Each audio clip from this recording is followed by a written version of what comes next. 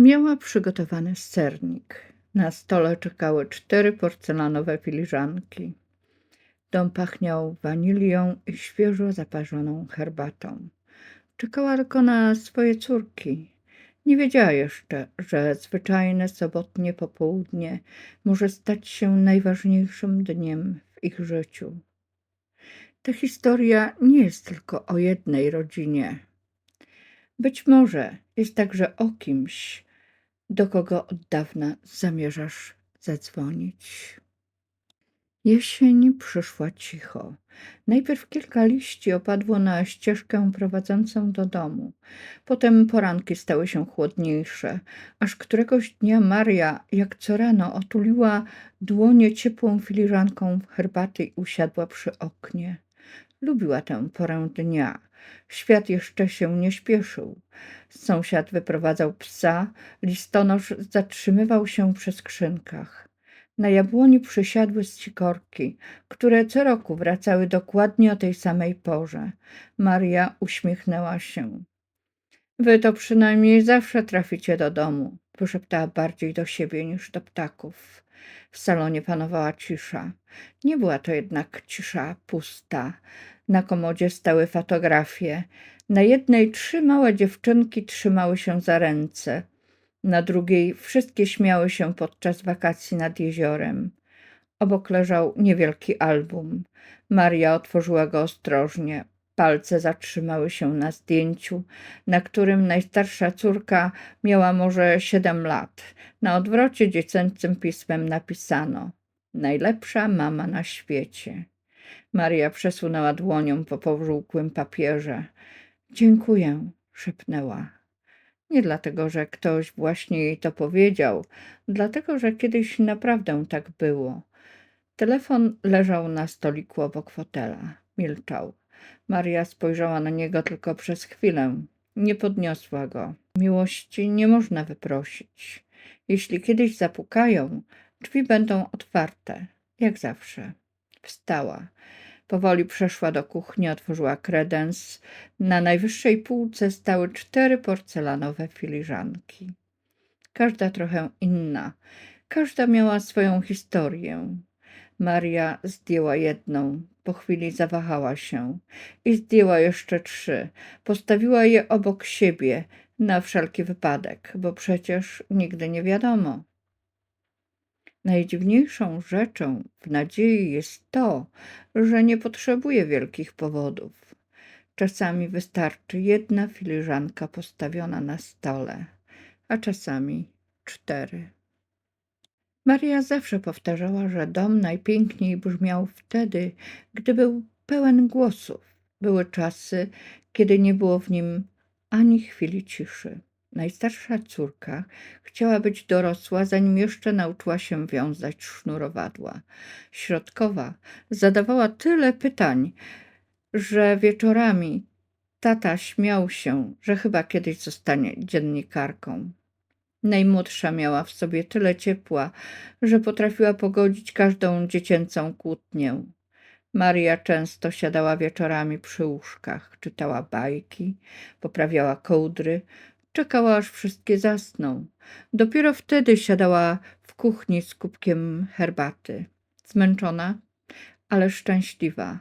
Lata mijały, dziewczynki dorosły. Najpierw wyjechała Anna, potem Kasia, na końcu Magda. Każda z nich znalazła własne miejsce, nową pracę, nowy dom i ludzi.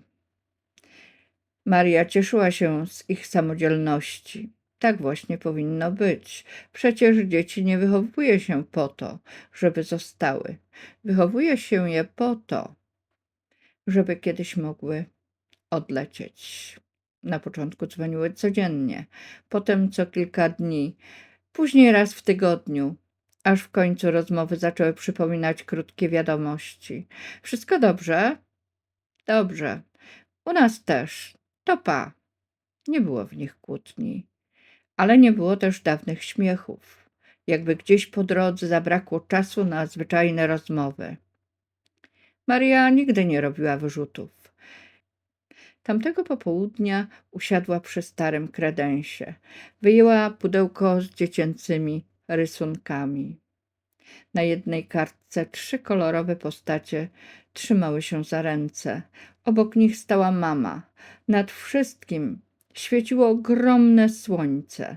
Na dole, nieco krzywymi literami, ktoś napisał: nasz dom.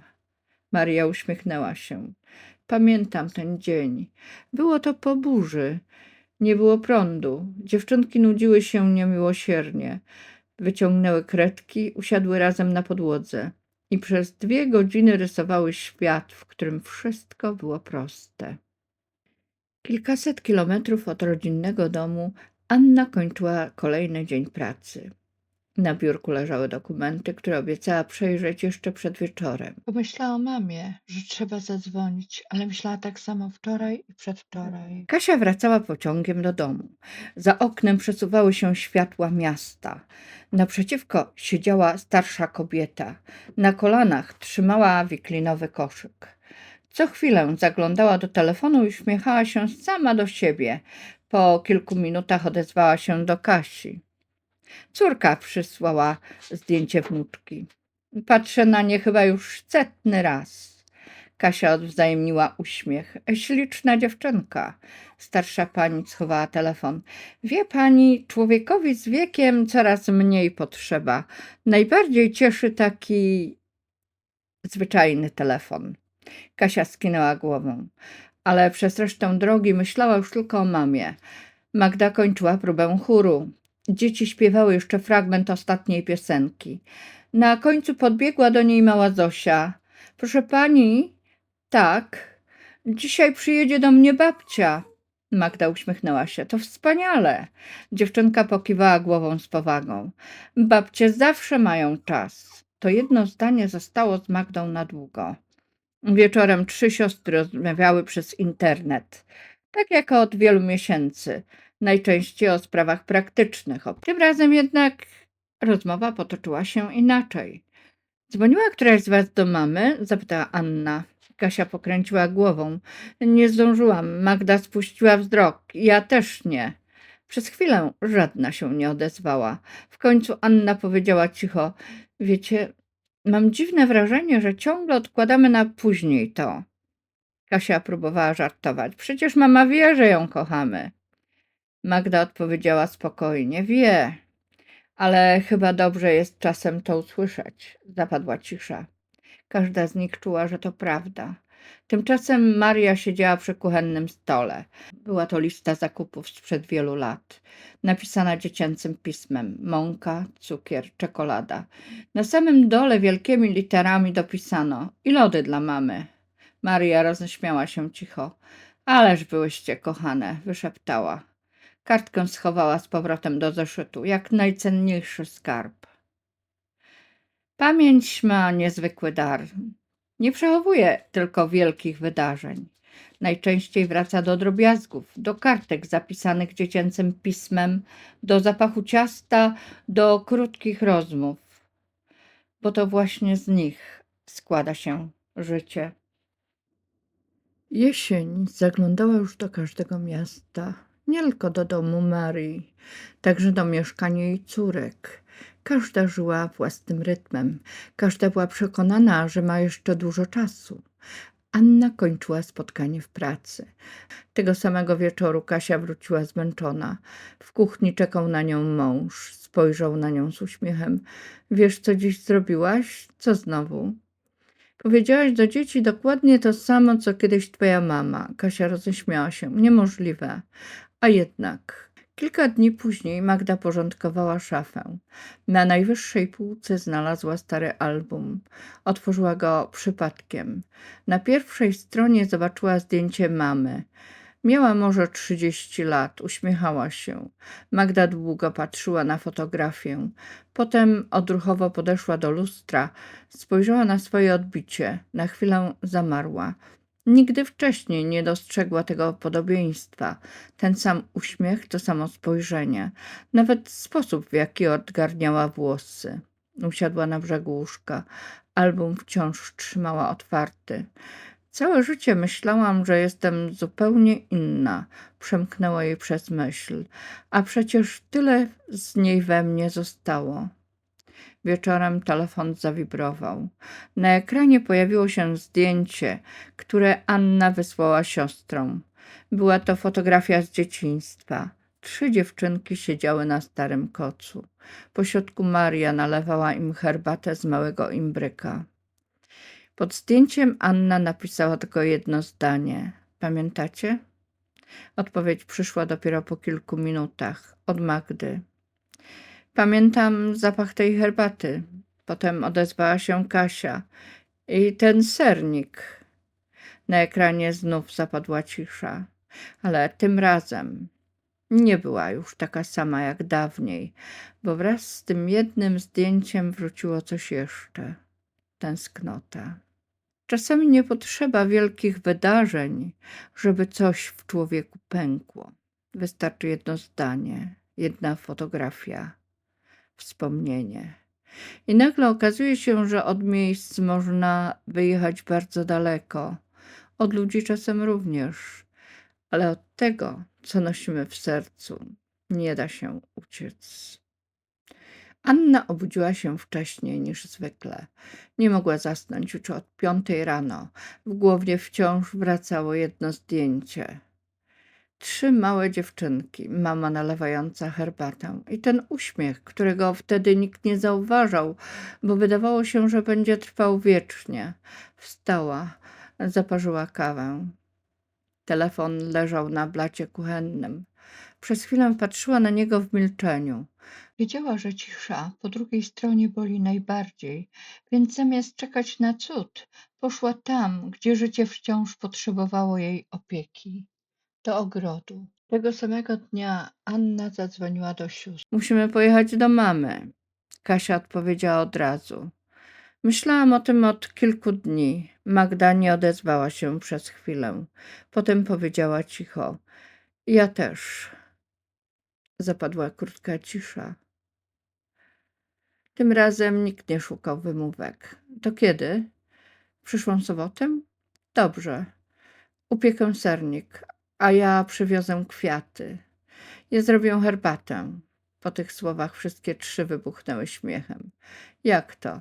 Zażartowała Anna. Mama chyba nie pozwoli nikomu zrobić herbaty w swoim domu. Śmiały się jeszcze chwilę. Tak zwyczajnie, jak kiedyś. Maria nie wiedziała o tej rozmowie. Tego dnia serce było dziwnie spokojne. Wieczorem otworzyła kredens, wyjęła 4 filiżanki, przetarła je miękką ściereczką, jedną po drugiej, jakby przygotowywała je na szczególną okazję. Potem postawiła je z powrotem na półce i uśmiechnęła się do siebie. Są chwile, których nie potrafimy wytłumaczyć. Czasem człowiek po prostu czuje, że coś dobrego jest już bardzo blisko. Nie zna dnia ani godziny, ale zaczyna przygotowywać miejsce przy stole. Tak na wszelki wypadek. Maria obudziła się tego dnia wcześniej niż zwykle. Za oknem niebo było jasne, a pierwsze promienie słońca zaglądały przez koronkową firankę. Przez chwilę leżała nieruchomo, wsłuchując się w ciszę domu. Potem uśmiechnęła się. Nie wiedziała dlaczego. Po prostu od rana miała w sercu dziwną radość. Powoli wstała, otworzyła okno. Do pokoju wpłynęło chłodne, jesienne powietrze. Gdzieś w oddali zaszczekał pies. Na jabłoni usiadł kos. Dzień dobry, powiedziała cicho. Jakby witała nie tylko poranek.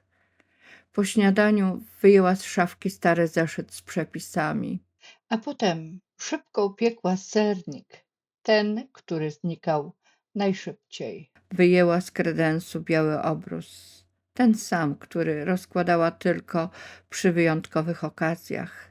Starannie wygładziła jego każdy róg. Na środku stołu postawiła niewielki wazon. Poszła do ogrodu. Ścięła kilka astrów. Nie były idealne, ale były jej. Potem otworzyła kredens. Wyjęła 4 porcelanowe filiżanki. Jedną po drugiej ustawiła na stole. Każdą obróciła delikatnie tak, aby kwiatowy wzór był skierowany w stronę miejsca, gdzie miała usiąść każda z córek. Dom wyglądał tak jak dawniej. Usiadła w fotelu. Na kolanach położyła album. Przerzucała zdjęcia bardzo powoli. Na jednym z nich 3 dziewczynki siedziały na schodach przed domem. Najmłodsza trzymała kubek kakao. Środkowa śmiała się tak mocno, że zamknęła oczy.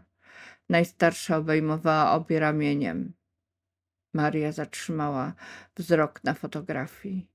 Jak wy szybko dorosłyście, wyszeptała. Słońce zaczęło powoli chować się za drzewami. W domu panował spokój. Maria usiadła z albumem w swoim ulubionym fotelu. Założyła okulary. Jeszcze raz otworzyła stronę ze zdjęciem 3 małych dziewczynek. Na jej twarzy pojawił się łagodny uśmiech. Przytuliła album do piersi. Za oknem wiatr poruszył gałęziami jabłoni. Dom westchnął cicho.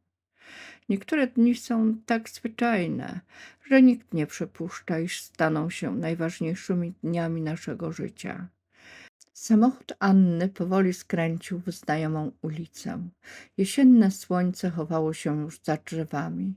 Na tylnym siedzeniu stał karton z jeszcze ciepłym sernikiem. Obok leżał bukiet białych astrów. Kilka minut później dojechały także Kasia i Magda. Wysiadły niemal równocześnie. Przez chwilę stały przed furtką, tak jak przed laty. Gotowe? Zapytała cicho Anna. Obie skinęły głowami. Anna nacisnęła klamkę. Furtka otworzyła się lekko, jak zawsze. Mamo, mamusiu. W domu panowała cisza. Nie taka, która niepokoi od razu. Raczej ta znajoma, spokojna cisza starego domu. Na stole leżał biały obrus. Pośrodku stał wazon z jesiennymi astrami. Obok 4 porcelanowe filiżanki. Przygotowane, czekające. Tak jakby gospodyni wyszła tylko na chwilę. Mamo? Magda zajrzała do kuchni. Nikogo. Kasia powoli otworzyła drzwi do salonu. Zatrzymała się. Nie powiedziała ani słowa. Anna podeszła bliżej. Maria siedziała w swoim ulubionym fotelu. Na kolanach spoczywał zamknięty album. Obejmowała go delikatnie obiema dłońmi. Na jej twarzy malował się spokojny uśmiech, jakby właśnie śniła coś pięknego. Przez chwilę żadna z córek nie poruszyła się. Anna uklękła przy fotelu. Dotknęła dłoni mamy. Była chłodna. Wtedy zrozumiała. Łzy napłynęły jej do oczu. Nie krzyczała, tylko wyszeptała: mamo, przepraszam. Na stoliku obok fotela leżała koperta. Starannym pismem zapisano na niej: dla moich dziewczynek. Magda drżącymi rękami otworzyła list. Anna i Kasia usiadły obok niej. Magda zaczęła czytać. Moje kochane dziewczynki, jeśli czytacie ten list, to znaczy, że siedzimy już trochę inaczej niż planowałam. Pewnie herbata wystygła, ale mam nadzieję, że i tak ją wypijecie razem. Nie martwcie się o mnie. Miałam dobre życie. Najpiękniejszą częścią tego życia byłyście wy. Dzwońcie do siebie, śmiejcie się, pieczcie sernik. Zawsze zostawiajcie przy stole jedno wolne miejsce. Nigdy nie wiadomo, kto będzie go potrzebował. A kiedy będziecie parzyć herbatę, uśmiechnijcie się czasem do mnie. Ja na pewno odwzajemnię ten uśmiech. Wasza mama. W salonie długo panowała cisza. Nie była już jednak ciszą samotności. Była ciszą miłości. Kasia wstała. Powoli nalała herbatę do 4 filiżanek. Jedną postawiła przed pustym krzesłem Marii. Żadna z sióstr nic nie powiedziała. Nie było takiej potrzeby. Za oknem wiatr poruszał gałęziami jabłoni, jak każdego roku. Jakby świat przypominał, że jedne historie się kończą, aby mogły rozpocząć się następne. Nie wszystkie spóźnienia można nadrobić, ale każde może nas czegoś nauczyć.